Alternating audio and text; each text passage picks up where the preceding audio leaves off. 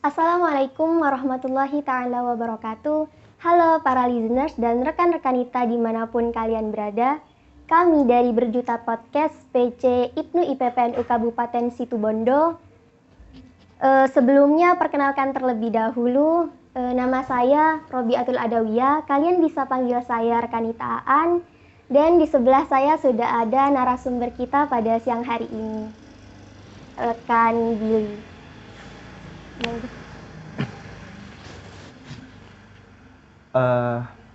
Sedikit perkenalan, jadi nama saya Muhammad Hamdan Hidir Bilian, seperti yang sudah disampaikan oleh rekan Ita Aan tadi, bisa dipanggil rekan Billy. Sebelumnya karena ini sistemnya podcast ya, sebenarnya ada beberapa hal yang ingin saya pertanyakan terlebih dahulu gitu. Mengenai tema dan sebagainya, kenapa pas dari podcast ini harus saya gitu. Salah satunya kenapa saya gitu, padahal masih banyak yang lain dan sebagainya. Mungkin untuk itu, jadi saya nggak bisa terlalu banyak berbicara mengenai diri saya sendiri ataupun sebagainya ya. Mungkin saya kalau boleh tahu apa yang sekiranya ingin rekan-rekan kita ini ketahui sebenarnya terkait dengan podcast ini. Iya, jadi kan rekan Billy ini sudah cukup lama. Kalau boleh tahu sekarang rekan Billy di PC ya kalau tidak salah. Iya, di PC sebagai apa? Awal mula kalau di PC itu saya mengawali pada tahun 2019 kalau tidak salah. Itu sebagai direktur LPP waktu itu. Jadi memang saya sebenarnya sangat kagum sekali dengan prospek yang ada di Berjuta Pena pada hari ini, dan terhitung mulai periode kali ini itu adalah hal yang sangat baik sekali, karena memang ketika saya menjadi direktur LPP dulu, mohon maaf saya kurang bisa ngomong R ya, jadi nanti buat kameramen dan sebagainya kalau ada kata-kata yang salah ya dimaklumi. Ketika menjadi direktur LPP dulu, memang Berjuta Pena dibentuk di tahun 2019 itu juga, dan namanya itu juga saya juga termasuk salah satu yang mengusulkan dan diistihorokan oleh ketua kala itu, yaitu rekan Zainuddin. Di sana itu ada rekan Muhsin juga yang sekarang jadi ketua, dan ada beberapa orang-orang lain. Waktu itu saya sempat menjadi pimret dari Berjuta Pena generasi pertama gitu. Sehingga kalau hari ini Berjuta Pena sudah bisa mengadakan seperti Berjuta Band, kemudian Berjuta Podcast, dan juga berjuta lainnya, itu adalah sebuah apresiasi tersendiri bagaimana mereka bisa mencapai hasil yang pernah menjadi mimpi besar kami semua seperti itu. Jadi saya sangat mengapresiasi sekali untuk kegiatan-kegiatan ini. Kemudian setelah saya demis pada tahun itu, Demis dari maksudnya demisioner dari periode itu. Itu. Kemudian saya lanjut di Departemen Kaderisasi. Dan sampai sekarang saya masih melanjutkan sebagai koordinator Departemen Kaderisasi sekaligus sebagai ketua tim kaderisasi PC Ibnu Situbondo. Belum genap satu periode kala itu di tahun 2019. Pada tahun 2020 saya sempat mandek juga di PC. Itu sempat terbatas aksesnya karena di saat itu saya sempat terjebak oleh salah satu teman-teman saya di PAC gitu. Saya dijebak oleh beberapa teman saya. Jadi saya harap kalau orang-orang tersebut nonton seperti Zainur Lofiki atau Alvan Hoirul Rozi, saya ingin mengucapkan bahwa terima kasih sudah menjebak ya. Karena waktu itu saya pada akhirnya harus terpilih menjadi ketua PAC. Periode ke-17. Jadi di tahun 2020, dan saya baru demis di tahun 2022. Tahun ini digantikan oleh yang sekarang ada rekan Hafaz Zamani ya, bukan rekanita. Keceplosan, sering manggil rekanita saya kalau ke Hafaz itu. Kemudian untuk di tahun berikutnya, pada tahun 2021 sudah saya sebutkan tadi, saya melanjutkan di jenjang kaderisasi, kemudian mulai dari Lakmut, Magesta, dan juga sampai Latin pada akhirnya di tahun 2021 sudah saya jalani juga. Tapi kalau RTL ya masih proses. Kemudian terkait itu mengenai di PAC juga sudah demis sekarang ya. Jadi memang sudah tidak ada keterikatan selain dalam bentuk pembinaan. Mungkin itu saja sih kalau pengalaman selama di IPNO untuk jabatan dan sebagainya, mungkin itu. Iya. Jadi rekan Billy ini sudah bisa dibilang cukup lama lah ya di IPNO, dan tentunya sudah banyak pengalaman dan kalian di sini bisa sharing lah sama kita gitu ya. Untuk pengalaman, kalau misal mau dikatakan soal pengalaman ini banyak atau tidak, mungkin saya rasa ya pengalaman bukan hal yang terpatok pada waktu. Pengalaman itu adalah berdasarkan dengan apa yang kita lakukan, sebesar apa kontribusi yang kita berikan, dan sebanyak apa kita bergerak di kala itu. Jadi saya belum bisa menjamin diri saya sebagai orang yang berpengalaman di segala bidang seperti itu. Saya awalnya masuk IPNO di tahun 2017 di PAC.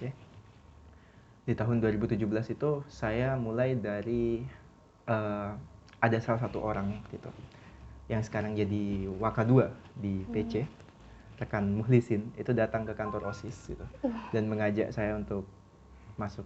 Cuma karena ya, waktu itu juga saya masih kurang tertarik dan sebagainya, pada akhirnya saya tidak melanjutkan dan baru kembali pada tahun 2018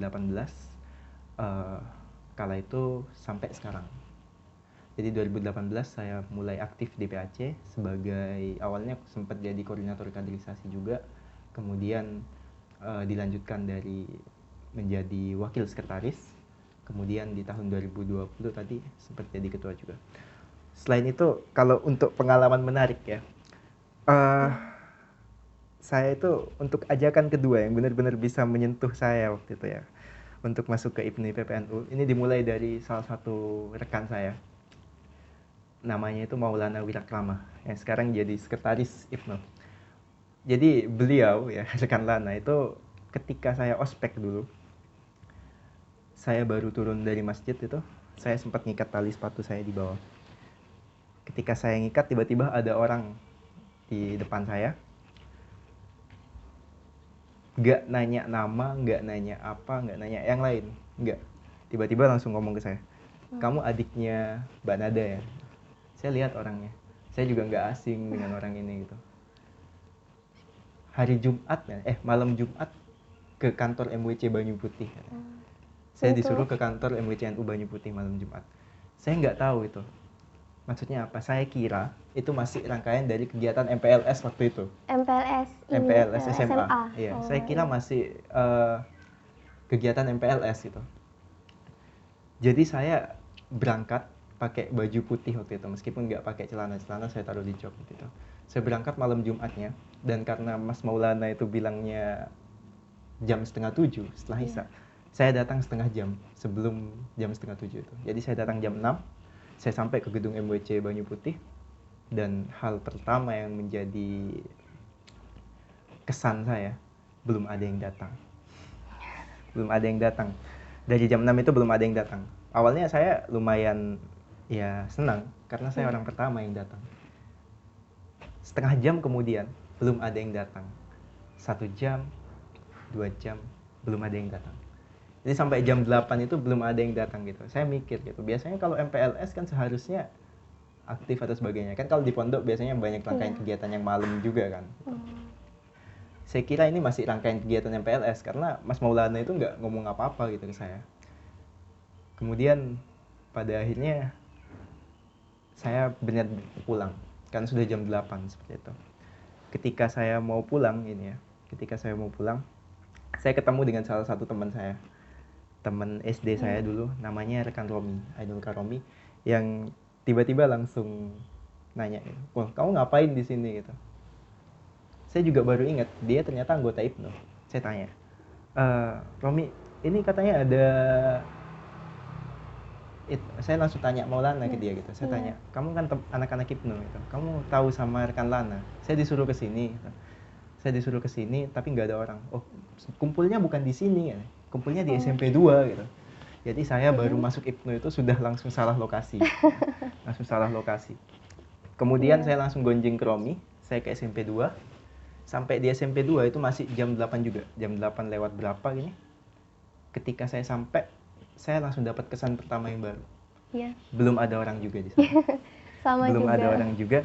Sampai di jam 9 itu baru banyak yang datang. Dan di situ saya sadar bahwasanya saya nggak lagi berada di kegiatan MPLS. Dan ternyata saya diajak untuk masuk IPNO. Dan pada akhirnya saya sampai sekarang masih di kepengurusan IPNI PPNU. Di kepengurusan IPNO, nggak di PPNU-nya. Iya, mungkin Dari segi pengalaman itu ya rekan Billy. Dari segi pengalaman ya. Pengalaman mungkin ada banyak hal juga yang sangat berkesan di Ipno. Kalau menurut saya pribadi, pengalaman-pengalaman yang cukup berharga buat saya adalah pengalaman-pengalaman terkait dengan kegagalan dan sebagainya. Karena itu adalah momentum di mana selain diri kita yang diuji itu juga sangat mempertaruhkan mental di dalamnya. Contohnya ketika di periode Cak Zainuddin itu, banyak orang yang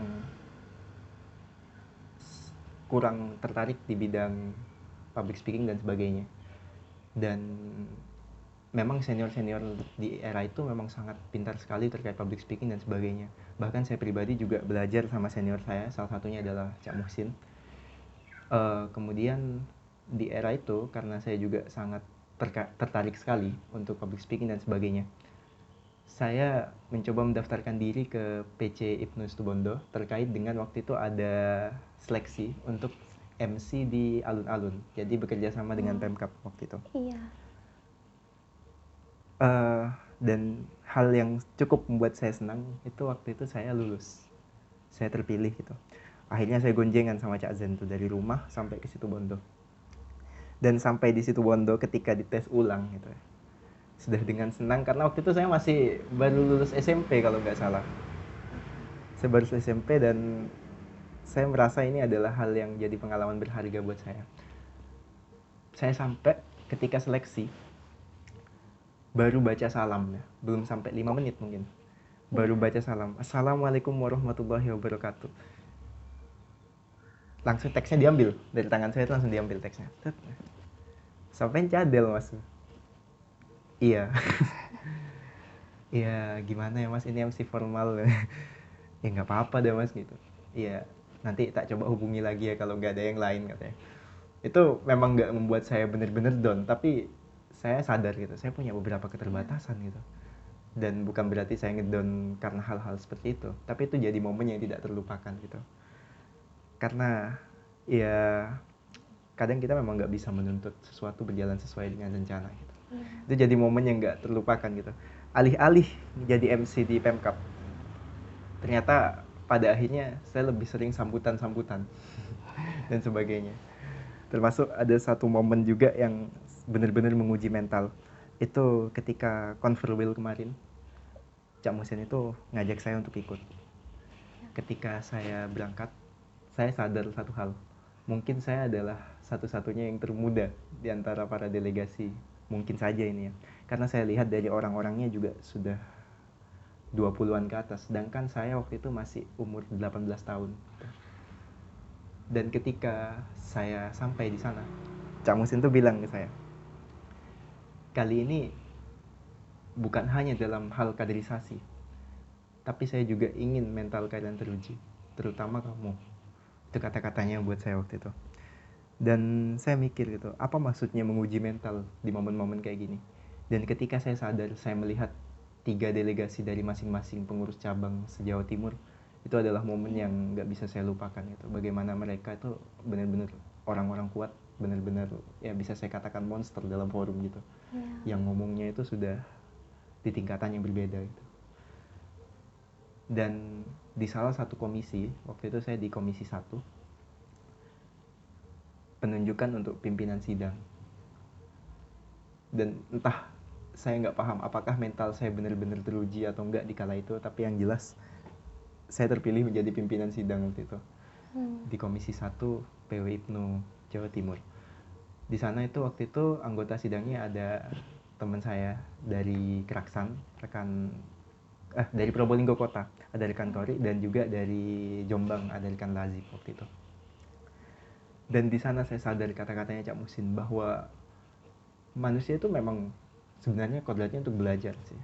Yang saya ambil dari Cak Muhsin seperti itu. Memang sebenarnya semuanya tidak lepas dari pelajaran. Semuanya tidak lepas dari pelajaran. Tapi memang kadang kemampuan itu harus disesuaikan dengan mental dan sebagainya.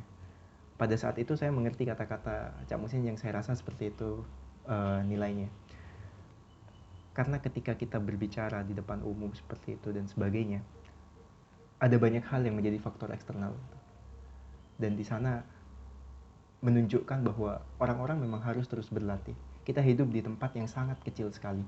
Bagi yang di PAC, kalian hidup di ranah PAC, jangan terlalu merasa superior dan sebagainya. Karena sebenarnya masih ada orang-orang yang jauh lebih mengesankan di luar sana. Iya. Dan dikala itu, saya mengerti mengapa IPNU PPNU masih bisa eksis sampai hari ini seperti itu. Karena memang IPNU PPNU tidak pernah gagal dalam menghasilkan kader. Saya melihat banyak sekali orang-orang dengan kualitas yang luar biasa ternyata di luar sana. Kemudian untuk pengalaman-pengalaman sebenarnya banyak juga pengalaman lain, terutama pengalaman dalam hal proses. Karena pengalaman dari hal proses itu adalah hal-hal yang cukup jarang sekali dilihat oleh orang lain. Kadang kita terlalu terpatok pada hasil. Kita kadang terlalu terpatok pada hasil sampai kita lupa pada proses. Padahal sejatinya proses justru yang seharusnya dilihat. Karena kalau kita hanya berbicara hasil, menginginkan hasil yang sama, tapi tidak melewati proses yang sama, bahkan proses yang lebih sulit, pada akhirnya kita hanya akan jadi imitasi. Pada akhirnya kita hanya akan menjadi tiruan. Kita hanya akan menjadi produk KW. Seperti itu. Untuk orang-orang yang di PAC Banyu Putih, di saat saya menjadi ketua, untuk hal-hal seperti kaderisasi non-formal yang saya laksanakan, saya selalu melarang rekan-rekan kerja saya, bahkan ada beberapa kader saya yang saya larang untuk menapaki jalan yang sama. Karena ketika mereka berprinsip sama dengan saya, menapaki jalan yang sama dengan saya, maka otomatis mereka akan menjadi tiruan saya. Iya. Saya menuntut mereka untuk melalui jalan yang lebih sulit. Karena ketika mereka melalui jalan-jalan yang berbeda, maka akan sesuai dengan karakter mereka masing-masing. Seperti itu. Jadi kita memang nggak bisa untuk melihat proses dan sebagainya. Ada sedikit cerita.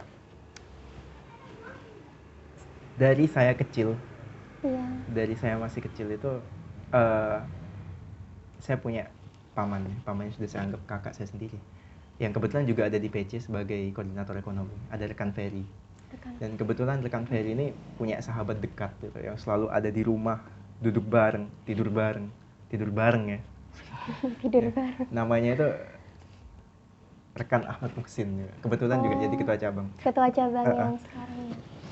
Keduanya tuh adalah orang yang sangat menginspirasi saya dari dulu sampai ke sekarang. Ketika saya ada permasalahan, pasti saya konsultasikan kepada Cak Muhsin dan sebagainya. Seperti itu kan, Cak Muhsin kan dulu juga sering di rumah, sangat sering di rumah seperti itu. Bahkan termasuk ketika di IPNU, saya sangat berani sekali untuk mengatakan bahwa hampir semua hal yang saya miliki, skill yang saya miliki dan sebagainya adalah hasil tempaan dari Cak Muhsin.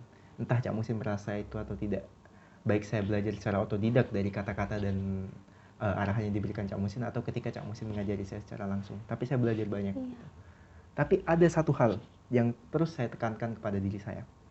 Orang-orang di luar sana banyak yang terinspirasi dengan Cak Muhsin akhir-akhir ini. Bahkan ada yang bilang, kalau bikin video TikTok pakai fotonya Cak Muhsin, algoritma Cak Muhsin, auto FYP gitu. Banyak orang-orang yang terinspirasi dengan Cak Muhsin.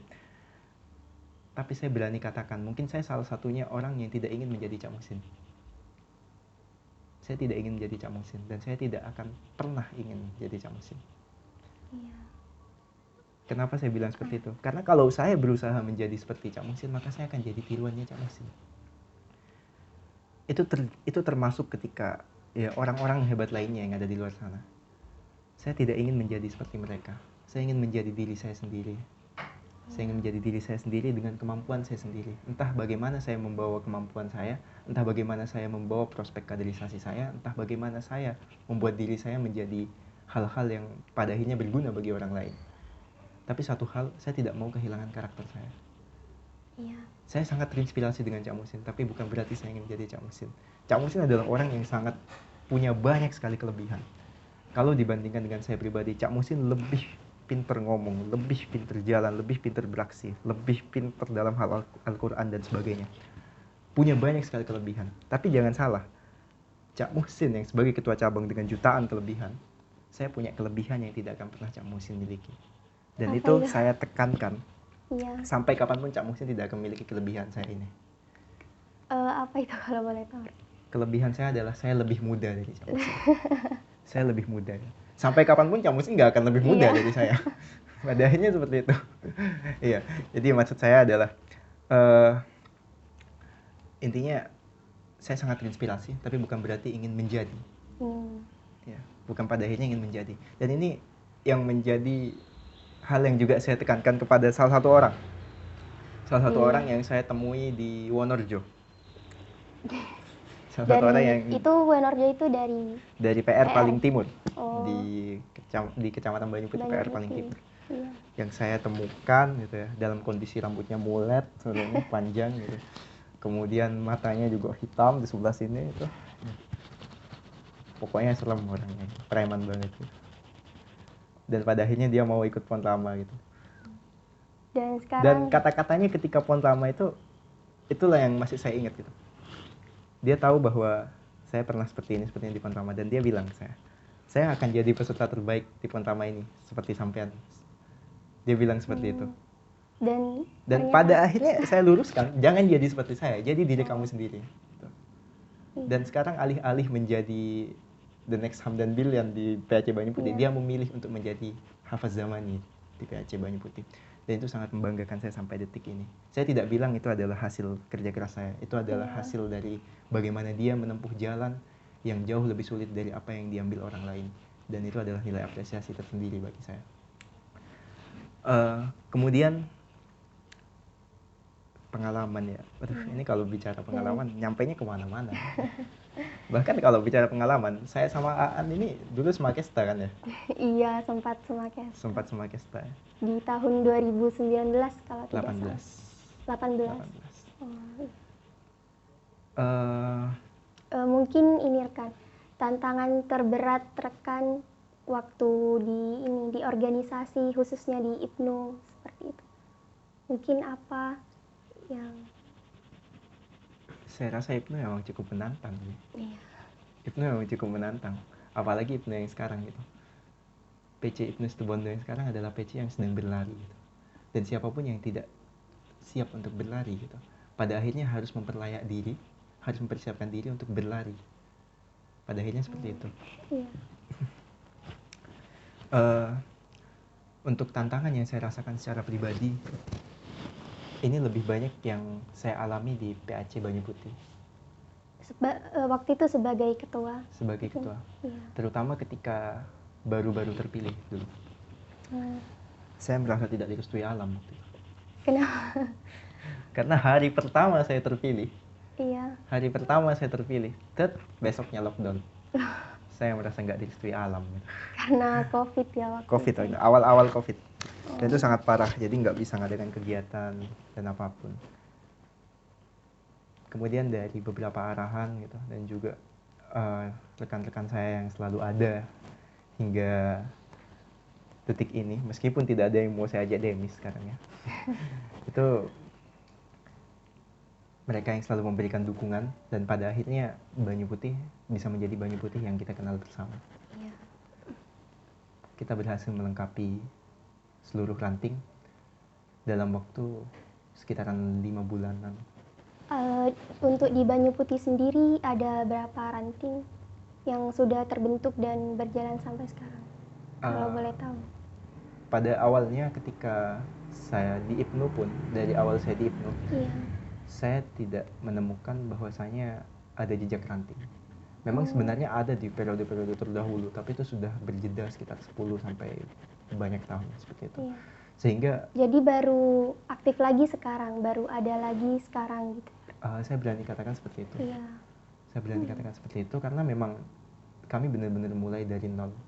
Bahkan untuk hal yang dimiliki PAC, keanggotaan dan sebagainya, pada akhirnya kami juga harus menurunkan mereka kembali ke ranting untuk menjaga supaya ranting tetap aktif seperti itu. Karena saya rasa Banyuputih adalah daerah yang cukup unik. Tiap kultur berbeda gitu. Kita ada di lingkungan pesantren, dan juga kita ada di kecamatan terbesar, yang mana dari ujung Banyuputih sampai ke ujung Wonorejo.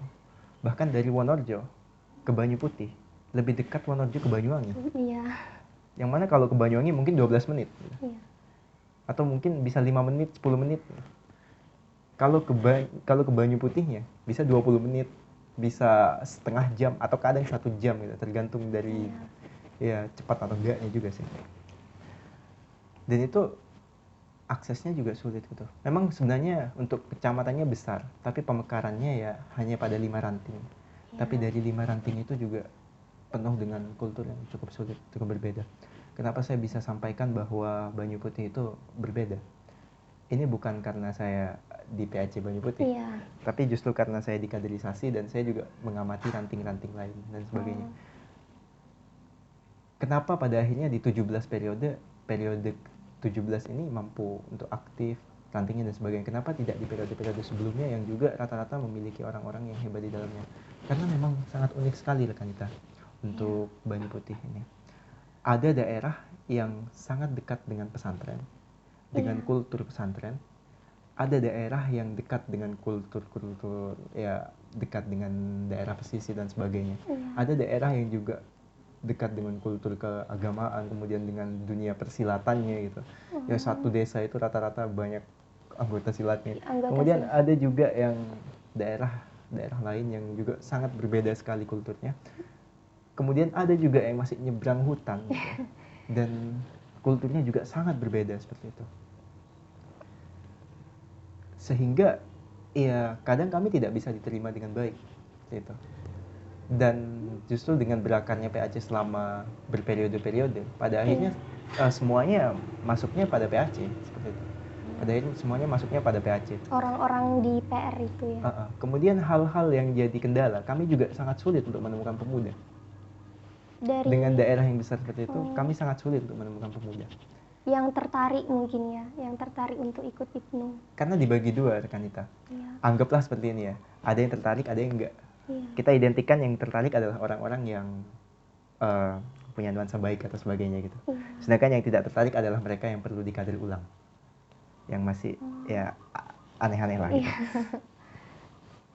Masalahnya kalau kita dalam kondisi seperti ini, kita bisa pilih yang tertarik dulu atau bisa pilih yang tidak tertarik dahulu. Tapi lebih mudah yang tertarik, pastinya lebih mudah yang baik dan sebagainya. Tapi masalahnya, yang baik-baik ini rata-rata dimondokkan sama orang tuanya karena dekat dengan pesantren. Iya, dekat dengan pesantren.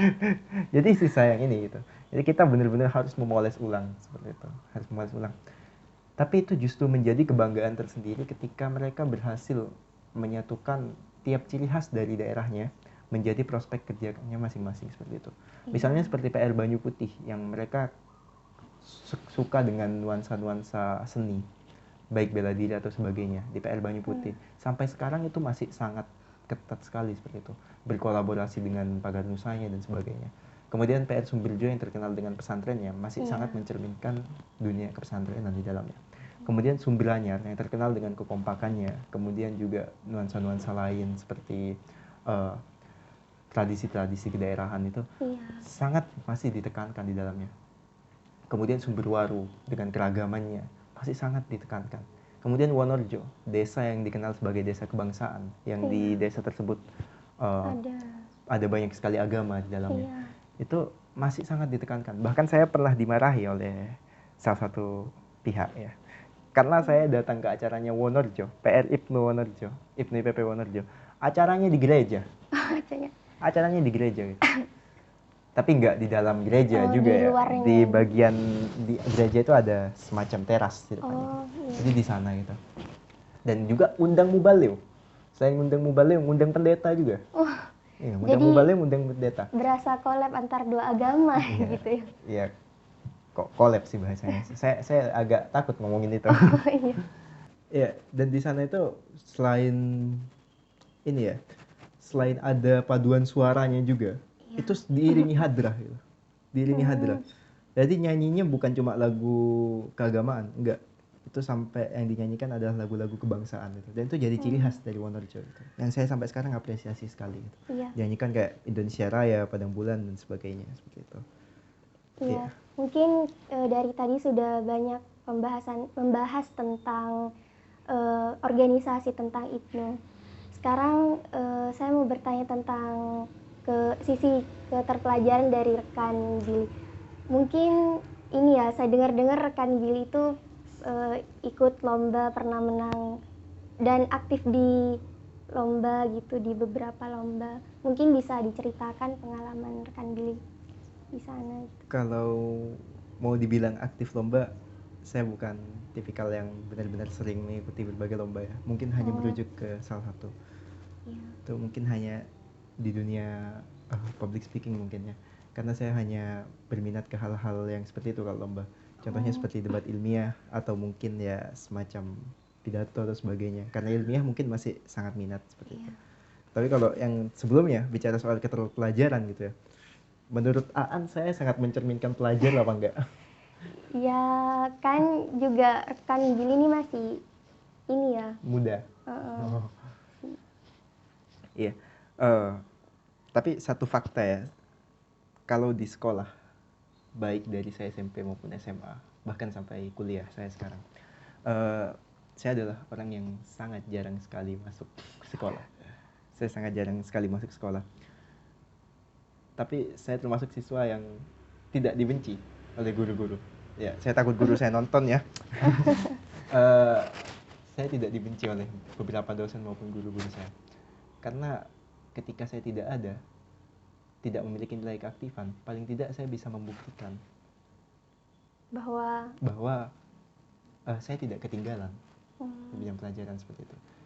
Kalau katanya Cak Musin sih ya ini, yang penting sebenarnya terus bergerak. Saya nggak bilang bahwa sekolah nggak wajib dan sebagainya, tetap rajin masuk gitu. Cuma pastikan yang penting itu sebenarnya adalah aktifnya. Kalau dari sisi keterpelajaran yang penting itu aktifnya. Percuma rajin masuk kalau kalian pasif. Gitu. Sisi aktif sebenarnya yang dicari dari pendidikan di sekolah. Itu kalau pendapat saya sih. Kemudian kalau untuk dunia lomba lagi dan sebagainya,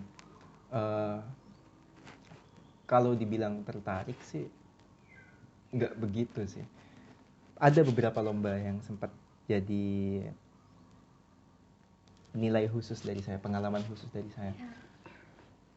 Saya itu pada awalnya ikut lomba ya di tingkat sekolah, dan itu terjadi waktu saya masih kelas 1 SMA. Waktu itu di SMA ada, biasanya kalau yang SMA Ibrahimi pasti tahu lah dengan istilah-istilah seperti Vesibra dan sebagainya gitu. Di Vesibra itu adalah pengalaman pertama saya untuk debat ilmiah. Saya sempat ikut lomba debat ilmiah dan saya kalah waktu itu. Saya kalah di Vesibra itu, saya juara 3. Namun saya dapat penghargaan individu. Kalau tim juara 3, tapi kalau secara individu saya best speaker waktu itu. Dan itu ngebuat saya dilirik sama salah satu organisasi debat di pondok. Ada juga di pondok? Ada, di pondok itu ada salah satu organisasi debat gitu ya. Ada namanya SSDC. Saya masih agak aktif sampai sekarang, tapi masih kurang minat untuk terus-terusan lomba. Bosan mungkin. Kemudian saya itu ketika masuk ke organisasi tersebut, jadi singkatnya saya menerima tawarannya SSDC. Saya masuk ke organisasi tersebut dan saya merasa mau mati. Karena tiap hari saya harus nelan jurnal gitu ya. Selain melatih public speaking dan lain-lain, itu tiap hari tuh jurnal itu banyak sekali gitu. Kalau kalian tanya soal isinya jurnalnya dan sebagainya, jangan tanya ke saya sekarang. Saya sudah lupa kalau sekarang. Saya sudah enggak, kalau teori-teori ngomongnya masih ada. Tapi kalau isi jurnalnya udah saya lupain dan bisa diisi yang baru. Sehingga pada waktu itu saya nyoba hal yang lumayan nyeleneh. Ada beberapa orang di luar sana yang biasanya mahasiswa nyamar menjadi siswa SMA supaya bisa ikut lomba tingkat SMA. Saya waktu itu nyoba kebalikannya. Saya siswa SMA. Dari siswa SMA? Ya, saya nyoba nyamar gabung sama 2 orang teman saya untuk ikut lomba tingkat mahasiswa. Itu nasional waktu itu. Iya. Dan itu nggak akan saya lupakan gitu. Ya mungkin saya nggak terlalu tampak seperti siswa SMA gitu ya. Enggak. Kamu bilang saya tua? Enggak. Enggak sih. Aman ya. Intinya waktu itu juga salah satu pengalaman berharga, sehingga di Surabaya waktu itu saya sempat juara 1 juga. Kemudian untuk pengalaman lebihnya pernah juga jadi best speaker waktu itu di lomba nasional, lomba debat ilmiah tingkat nasional gitu. Cuma pada akhirnya saya lebih memilih untuk kembali ke IPNU. Ketika orang tua dan pihak sekolah dan sebagainya itu sangat mendukung untuk lomba-lomba seperti itu dan sebagainya, saya menyadari satu hal gitu, bahwa tantangan yang diberikan, kemudian hal-hal yang menarik yang bisa saya dapat. Bahkan untuk ukuran teori debat dan sebagainya seperti itu adalah hal yang sebenarnya bisa diberikan oleh Ibnu.